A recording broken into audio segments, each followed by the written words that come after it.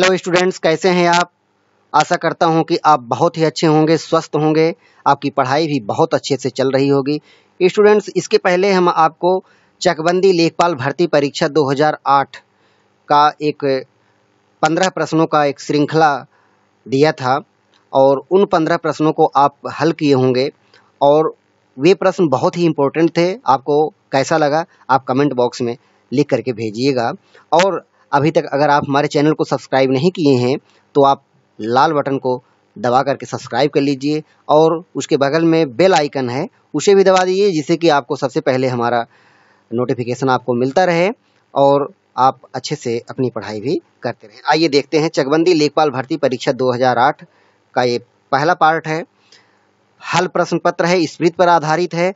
यह नोट दिया गया है कि वर्ष 2008 में आयोजित जिलेवार लेखपाल भर्ती परीक्षा के स्मृति पर आधारित 2 प्रश्न पत्र प्रस्तुत किए गए हैं।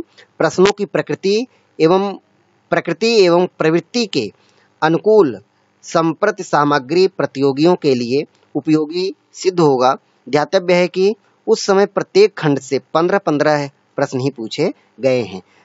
2 प्रश्न पत्र प्रस्तुत किए जा रहे हैं, लेकिन इसमें केवल आपको सामान्य हिंदी के प्रश्न पत्र प्रस्तुत किए जाएंगे। 15 प्रश्नों की यह श्रृंखला है। आइए हम देखते हैं। हमारा पहला प्रश्न है स्टूडेंट्स कि निम्न विकल्पों में किसके लिए गांगेय शब्द प्रयुक्त हुआ है? किसके लिए गांगेय शब्द प्रयुक्त हुआ है? तो आप देखिए इसमें कौन कौन से ऑप्शन हैं। कर्ण, युधिष्ठिर, भीष्म, परीक्षित। तो इसका सही उत्तर होगा स्टूडेंट्स सी उत्तर सही होगा, क्योंकि गांगेय का अर्थ होता है गंगा का पुत्र भीष्म, अर्थात भीष्म को गांगेय कहा गया है। दूसरा प्रश्न हमारा है अंधा युग किसकी रचना है? 4 ऑप्शन दिया गया है। धर्मवीर भारती, मन्नू भंडारी, उषा प्रियंवदा, शैलेश मटियानी। तो इसका सही आंसर होगा स्टूडेंट्स, आप बताएंगे। इसका सही आंसर होगा धर्मवीर भारती। अगले प्रश्न की ओर बढ़ेंगे। जो सत्य बोलता है उसकी सदैव प्रशंसा होती है, यह किस प्रकार का वाक्य है? जो सत्य बोलता है उसकी सदैव प्रशंसा होती है, यह किस प्रकार का वाक्य है? तो साधारण वाक्य, संयुक्त वाक्य, मिश्रित वाक्य, उपवाक्य। तो इसका सही आंसर होगा यह एक मिश्रित वाक्य है स्टूडेंट्स, यह एक मिश्रित वाक्य है। आगे है चौथा प्रश्न है सूर्योदय होने पर कौन पक्षी प्रसन्न होता है? सूर्योदय होने पर कौन पक्षी प्रसन्न होता है? तो इसका सही आंसर होगा चातक, चक्रवाक, चकोर, हंस। तो इसका सही आंसर होगा चक्रवाक। चक्रवाक प्रातःकाल होते ही वह पक्षी बहुत ही प्रसन्न होता है। अगला प्रश्न है मुझे किस प्रकार का सर्वनाम है? यह मुझे शब्द जो है यह किस प्रकार का सर्वनाम है? उत्तम पुरुष है, मध्यम पुरुष है, अन्य पुरुष है, इनमें से कोई नहीं। इसका सही आंसर क्या होगा स्टूडेंट्स? बताइए, आप कमेंट बॉक्स में भी लिख करके भेजिए। इसका सही आंसर होगा उत्तम पुरुष। मुझे उत्तम पुरुष होगा, यह मुझे जो है सर्वनाम उत्तम पुरुष का है। अगले प्रश्न की ओर बढ़ेंगे स्टूडेंट्स। अनेकार्थी शब्द अंक के विकल्पों में से कोई एक विकल्प गलत है। सबसे बड़ी बात है कि आप प्रश्न को समझिए, क्योंकि प्रश्न को अगर आप अच्छे से समझेंगे तभी उसका सही उत्तर दे सकते हैं। क्योंकि प्रश्न के भाव को पहले समझिए, तभी आप उत्तर सही दे पाएंगे, वरना हम प्रश्नों को गलत करके आ जाते हैं। तो गलत है उसका चयन कीजिए। इन 4 प्रश्नों इनमें 4 जो ऑप्शन दिए गए हैं, इनमें अंक के विकल्पों में कोई एक विकल्प गलत है, उसका चयन करना है। गोंद मतलब अंक का अर्थ क्या है, लेकिन वह इसमें गलत कौन सा है उसको बताना है। गोंद, हृदय, अध्याय, ब्रह्मा। तो इसका सही आंसर होगा ब्रह्मा। इसका सही आंसर होगा ब्रह्मा। अगले प्रश्न की ओर बढ़ेंगे। जय पराजय में कौन सा समास है? बहुत ही आसान है। जय पराजय में कौन सा समास है? ऐसे ही प्रश्न, आसान प्रश्न ही पूछे जाते हैं। कोई भी परीक्षा हो आसान प्रश्न पूछा जाता है, बस हमें प्रैक्टिस करने की आवश्यकता होती है। तो ऐसे ही 15-15 प्रश्नों की श्रृंखला को लेकर के आऊँगा और आशा करता हूँ कि आप हमारे वीडियो को देखेंगे तो निश्चित है कि आने वाली परीक्षा में लेखपाल भर्ती की जो परीक्षा होगी उसमें आप हिंदी में 25 प्रश्नों में 25 प्रश्न हल करके आएंगे, ये मेरा अपना विश्वास कहता है।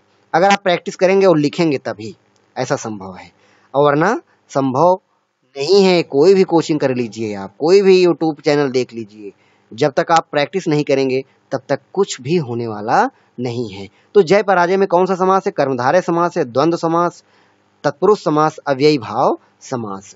जय और पराजय, जो द्वंद्व समास होता है स्टूडेंट्स, वह जो है विलोम, वे एक दूसरे के विलोम होते हैं, ज्यादातर विलोम होते हैं, और उसके बीच में ये विवरण चिन्ह लगा होता है। यह विवरण चिन्ह लगा होता है, इसे भी एक पहचान होती है, और बीच में और लगा होता है, इसकी भी एक पहचान है। तो यह जय और पराजय द्वंद्व समास का एक बहुत ही महत्वपूर्ण उदाहरण है। अगले प्रश्न की ओर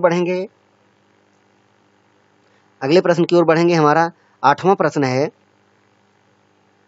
पर्वतीय शब्द का वाक्यांश होगा जो पर्वत पर रहने वाला हो, जो पर्वत पर उगने वाला हो, जो पर्वत पर घूमने वाला हो, जो पर्वत पर चढ़ने वाला हो। तो इसका सही आंसर होगा जो पर्वत पर रहने वाला हो। पर्वतीय शब्द कहते नहीं है ये पर्वत पर रहने वाले हैं, पर्वतीय हैं, तो ये पर्वत पर रहने वाला ही इसका आंसर सही होगा। अगले प्रश्न की ओर बढ़ेंगे, 9वें प्रश्न की ओर। जिसका कोई अंत नहीं होता के लिए एक शब्द लिखिए। जिसका कोई अंत नहीं होता, अनेक शब्द के लिए एक शब्द ये दिया गया है, आदि, अनंत, अनादि, अनंत, अनंत। तो इसमें सही आंसर होगा अनंत, सही आंसर होगा अनंत। अगले प्रश्न की बहुत ही सरल है। अगला प्रश्न हमारा 10वां है, एक लाठी से हाँकना मुहावरे का अर्थ है। एक लाठी से हाँकना मुहावरे का अर्थ है। तो अच्छे बुरे का अंतर न करना, समान दृष्टि रखना, कुछ भी न कर पाना, गलत काम करना। तो इसका सही आंसर होगा स्टूडेंट्स, आप बताइए, इसमें सही आंसर होगा अच्छे बुरे का अंतर न करना। एक लाठी से हाँकना मुहावरे का अर्थ होगा अच्छे बुरे का अंतर न करना, हमें भेदभाव नहीं करना है, यही एक लाठी से हाँकने का अर्थ होगा। अगला है हमारा, तरणी का पर्यायवाची शब्द है। तरणी का पर्यायवाची शब्द है सूर्य, नाव, युवती, नदी।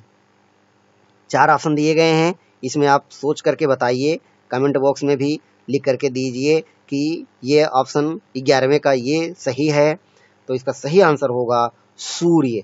तरणी का अर्थ होता है सूर्य।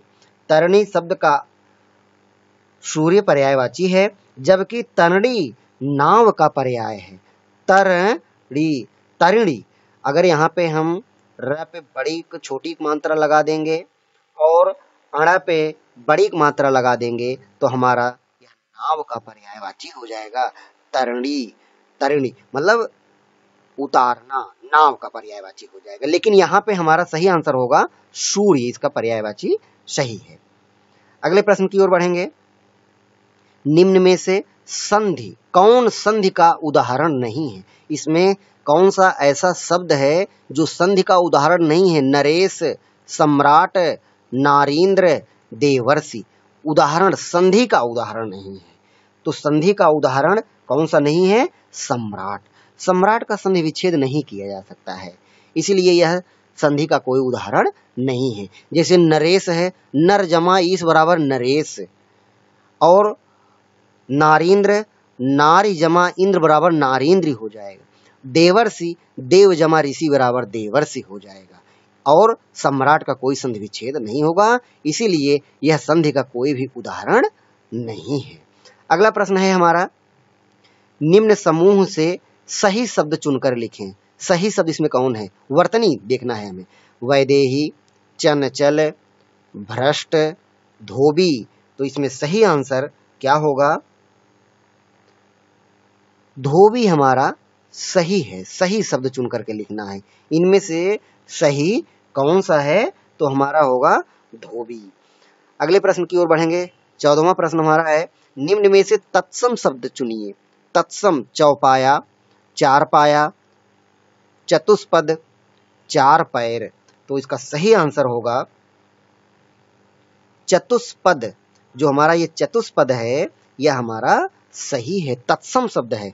चौपाया ये हमारा तद्भव है, चार पाया ये भी तद्भव है, या चार पैर ये भी तद्भव है, लेकिन चतुष्पद जो है यह तत्सम शब्द है। तद्भव का अर्थ होता है अशुद्ध, तत्सम का अर्थ होता है शुद्ध। अगला प्रश्न है, इस श्रृंखला का अंतिम प्रश्न है, निम्न विकल्पों में से अशुद्ध वाक्य का चयन कीजिए।